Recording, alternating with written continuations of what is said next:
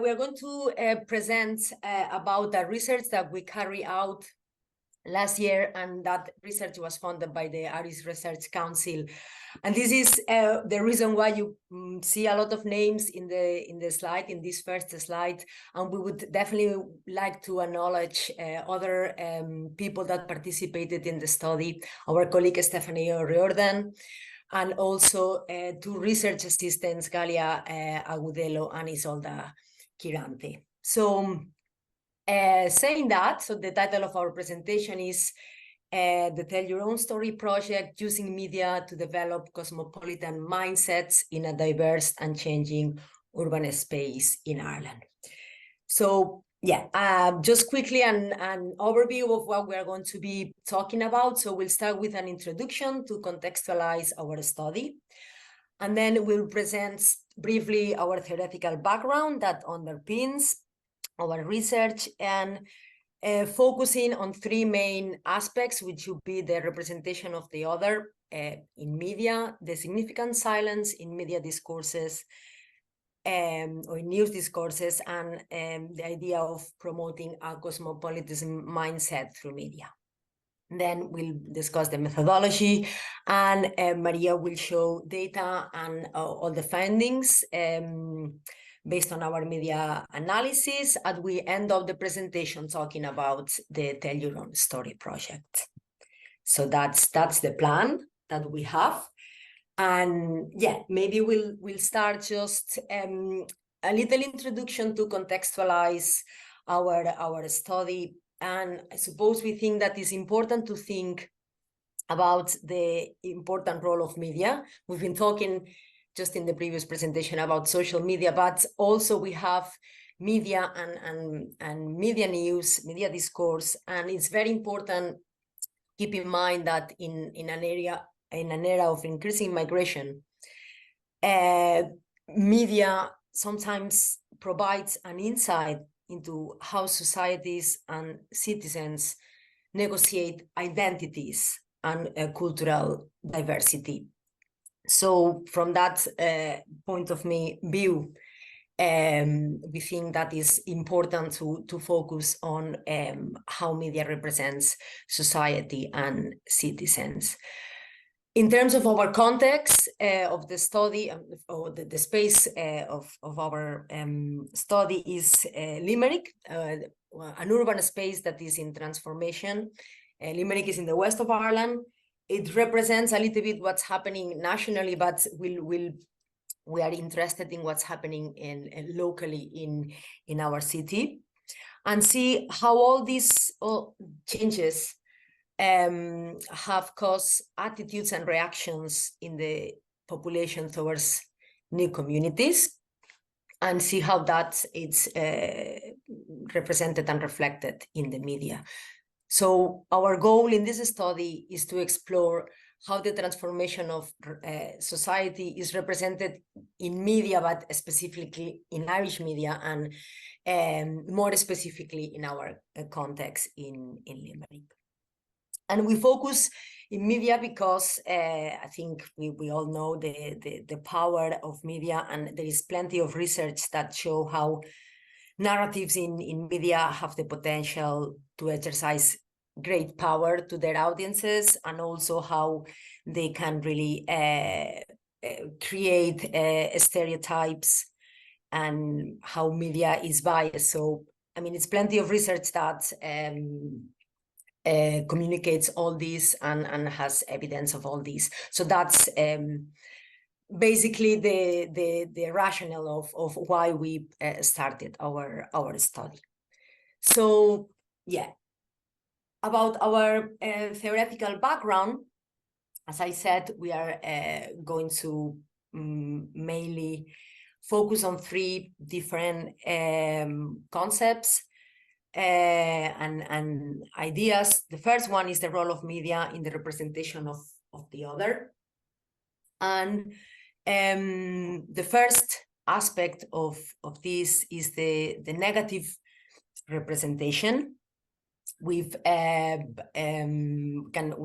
mention here studies that they actually have found how the other, and in the case of Korskavintnik, he talks about how the media or the immigrant is represented in the media negatively, and it's always related to the word immigrant. It's always related to crime and illegality, in contrast with emigrant, which is a neutral term that when it's used doesn't have that bad connotation. So that would be the first aspect, the negative representation of the other in media. Then also there is the lack of representation of the other in media, and we'll just link with this when we talk about the significant silences. And another aspect of this representation of the other is when we talk, we've seen found out some studies that give evidence how some dominant groups that are portrayed in the media shown to belong more compared to other groupings who are shown to be apart, different, odd, not belonging. So again, the ideology can be traced in the media discourse and how dominant groups have a different representation. Regarding the next idea, the significant silences, we can talk about what is not said, or these silences, this other that is not represented.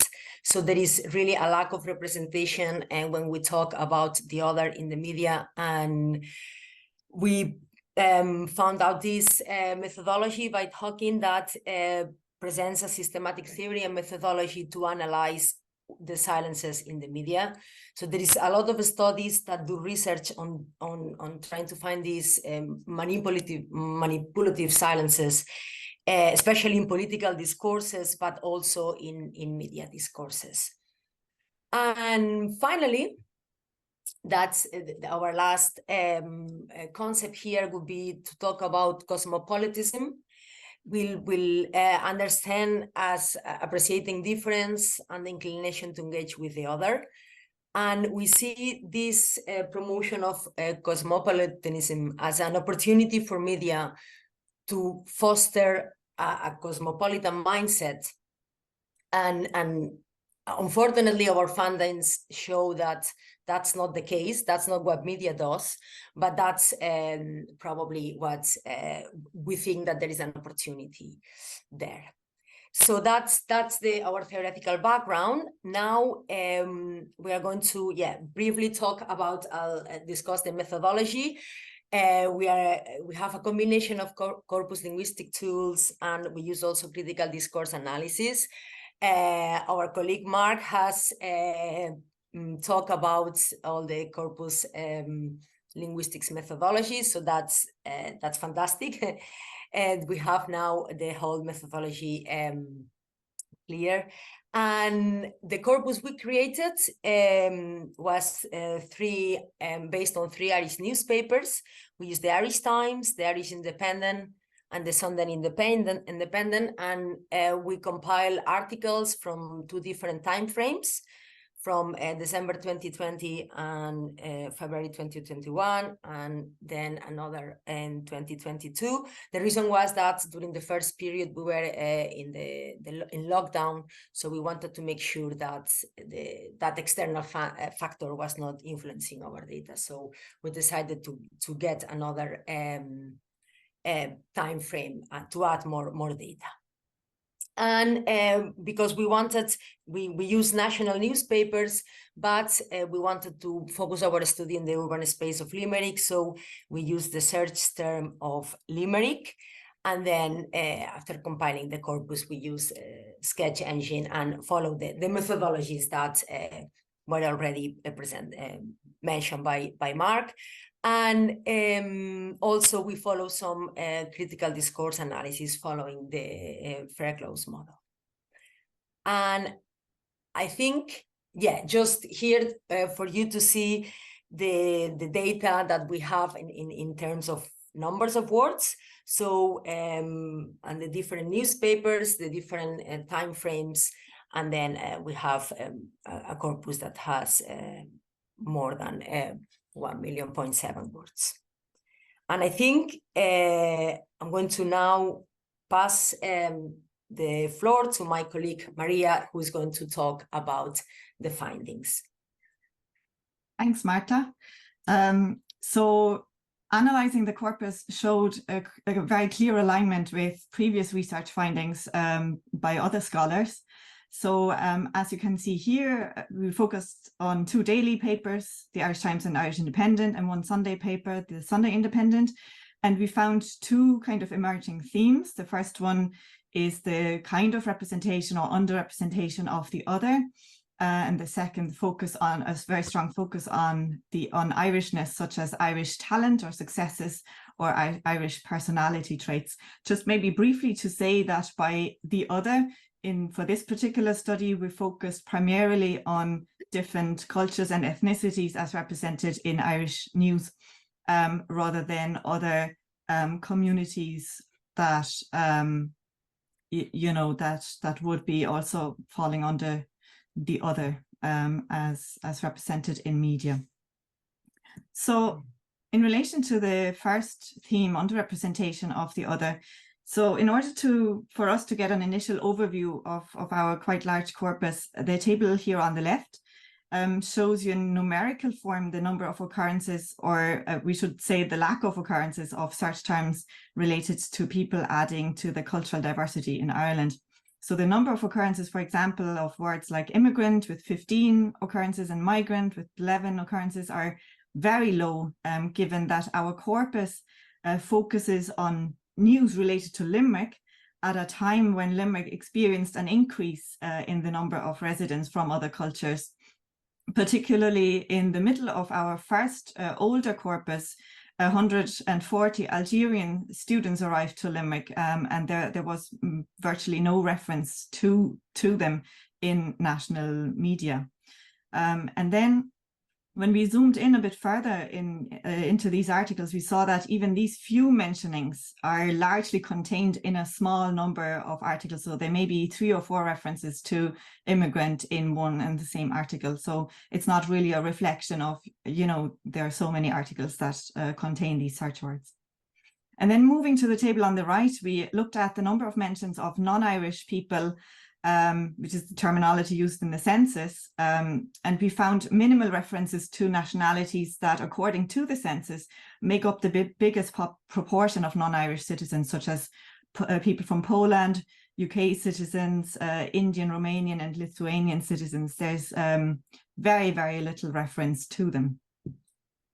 So this sense of silence becomes even more pronounced in our keenness analysis that our colleague Mark has already explained, where we looked at differences and similarities of word frequencies between 2 corpora. So for our study, we chose the English broadsheet newspapers corpus Seaball, which we then compared to our own combined Irish corpus, Old and New corpus, as a reference corpus.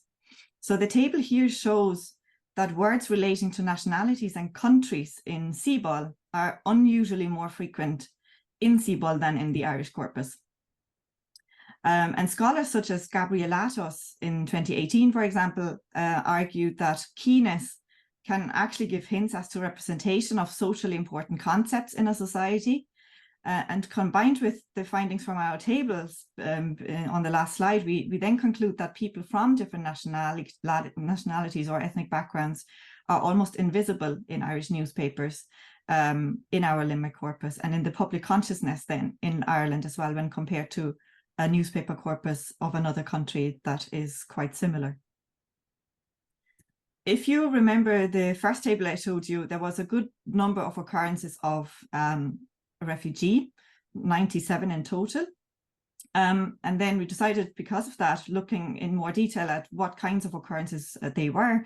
And most of these are actually from April 2022 onwards and can be linked to the Russian war against Ukraine and to volunteering and supporting people who found refuge in Ireland. So as you can see on this table here, the verbs occurring with the word refugees are host, house, treat, support, and so on, also traumatized and disempowered. So they tend to see refugees as helpless, depending on Irish goodwill. But even though we do have many instances of refugee in the corpus, the most significant silence here that we can find is reference to other non-Ukrainian refugees. There are only 9 occurrences that refer to international protection refugees that would be not Ukrainian, but other refugees living in direct provision in Ireland. Another observation is that the other few references to otherness focus mainly on people who have become maybe well-known or famous personalities in areas of art, music, and sport, for example. The Zambia-born hip-hop artist Denise Schuyler featured in several articles. And then other representations of otherness appear in news about sports, such as hurling, Gaelic football, rugby, hockey. And this is, of course, not surprising since cultural diversity has been increasing in the last 20 years. So we can only imagine that that rising participation of immigrant population in Irish sports will happen.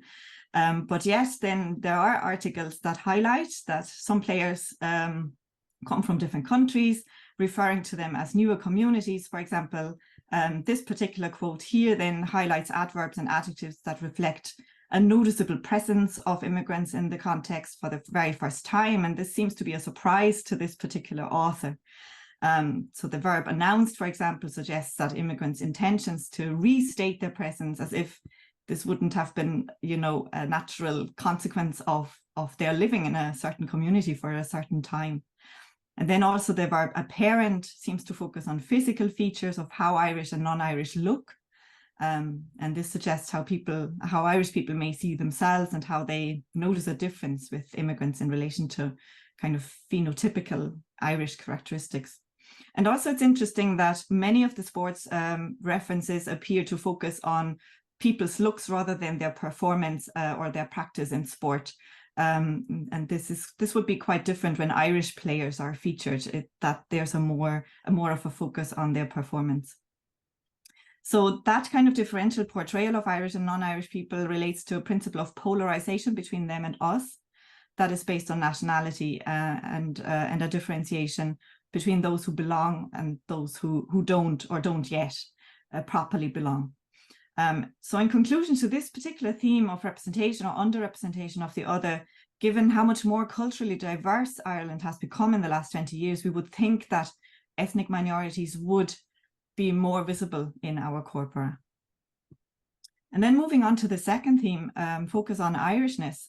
So compared to the quite limited references to Irish diverse cultures, the term Irish had a tremendous presence across the corpus. We had 2,852 instances of the mentioning of the word Irish. It's the second most dominant one after Limerick and Dublin. And the most frequently associated words with the word Irish in concordances or in engrams would be Irish people, Irish music, Irish companies, Irish women, and so on. So for example, many articles emphasize successes of Irish authors or great advancements in the Irish economy, or Irish wins in matches and championships. And there are a lot of superlatives and positive linguistic devices as well describing these successes. Then compared to the limited reference,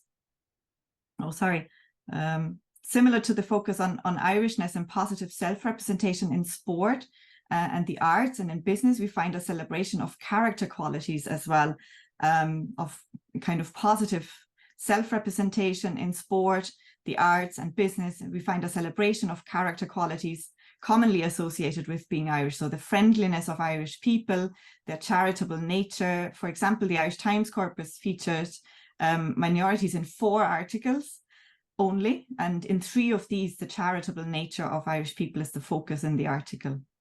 Also, the Irish Independent, similarly, in very few articles, talk about the giving nature of Irish people. In a book review, for example, where this quote is from, she thought he needed a bit of food in that Irish granny way. So in overall, the sense that we get of Irish people as a gifting society is potentially problematic, as it signals or maybe we can discuss that also in the discussion time that we have, a kind of an unequal power relationship between those who give help and those who are on the receiving end of help. So against this background of our research findings, which show very sparse reporting on ethnic and cultural minorities and a focus on Irishness, we feel that Irish news could do more in providing a more balanced picture, representing the whole population. And this is where the Tell Your Own Story project comes in, that we founded in 2021. The Tell Your Own Story project wants to make a sustained and narrative-based contribution to media and diversify a little bit the kinds of stories that appear in media, and also wants to research the diverse staff working in media, for example. So we want to make narrative-based contributions to media platforms, endeavour to develop a consciousness in the audience of the presence of different cultural groups in Ireland, of the interconnectedness, and also of the transculturality as opposed to nation-based associations, and to a spread of a cosmopolitan mindset. My colleague Marta will talk a bit more about how we do this kind of work.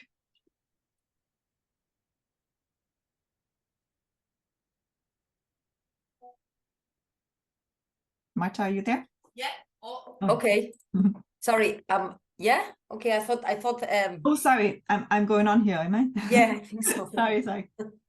So we connected our kind of endeavor, or our aim to help media or to help readers form a more cosmopolitan mindset by adopting the concept of transculturality. And I'm not sure if this concept is being discussed as part of this conference as well.